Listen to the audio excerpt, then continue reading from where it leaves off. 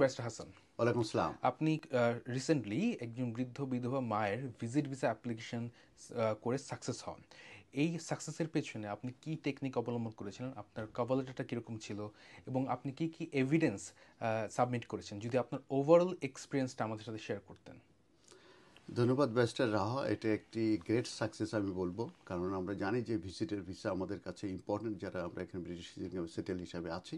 কিন্তু বেশিরভাগ ক্ষেত্রে দেখা যায় যে ভিজিট ভিসাগুলো আনরিজনেবলি কিন্তু রিফিউজ করে দেয়া হয়।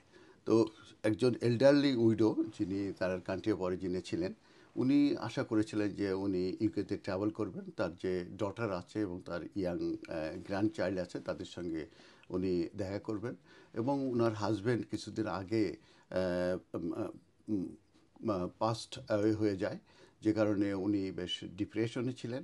তো উনি চাচ্ছিলেন যে ওনার যে ব্রিটিশ ডটার আছে এবং তার যে চিলড্রেন আছে তাদের সঙ্গে ইউকেতে এসে সময় কাটাবেন এবং উনি মেন্টালি একটা রিলিফ পাবেন। তো এই আমরা জানি যে visitor application from elderly or widow parents of the UK base visa হোল্ডারদের জন্য এটা কিন্তু একটি চ্যালেঞ্জিং। কারণ তারা মনে করে যে কোনো এল্ডারলি পারসন কিংবা কোনো উইডো পারসন যদি ভিজিটে আসে, হয়তো বা তার সে রিটার্ন করবে কি না। তো যে কারণে হোম অফিসের কিন্তু ক্লিয়ার রিকোয়ারমেন্টস আছে, ক্লিয়ারলি যে এভিডেন্স দিতে হবে যে অ্যাপ্লিকেন্ট ভিজিটটা জেনুইন এটা কি না, এবং তারা যে ট্রিপ আছে সেটা অ্যাফোর্ড করতে পারবে কিনা, এবং তাদের স্ট্রং টাই আছে কিনা তাদের হোম কান্ট্রিতে, এটা কিন্তু ইনশিওর করতে হবে। যে কারণে তারা রিটার্ন করবে তাদের হোম কান্ট্রিতে।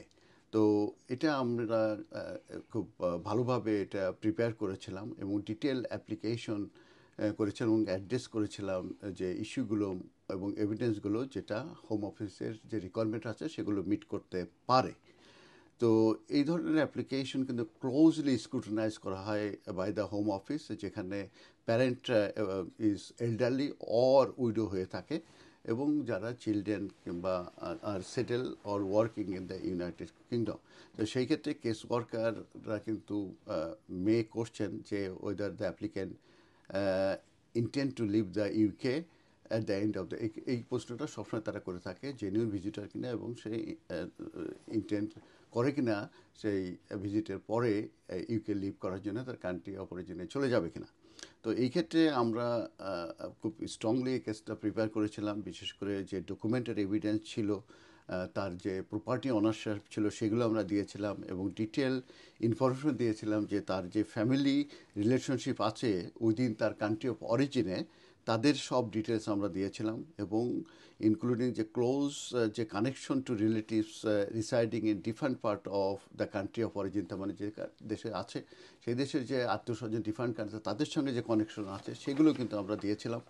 এবং তার যে কম্পেশনেট এবং genuine reason for the visit, যেটা বিশেষ করে যে তার সে কোয়ালিটি টাইম স্পেন্ড করতে চায় উইথ হার ডটার এবং গ্র্যান্ড চিলড্রেন এই ইউকেতে এসে, সেটাও কিন্তু আমরা খুব ক্লিয়ারলি খুব চমৎকারভাবে কিন্তু আমরা রিপ্রেজেন্টেশন দিয়েছিলাম আমাদের কাভার লেটারে।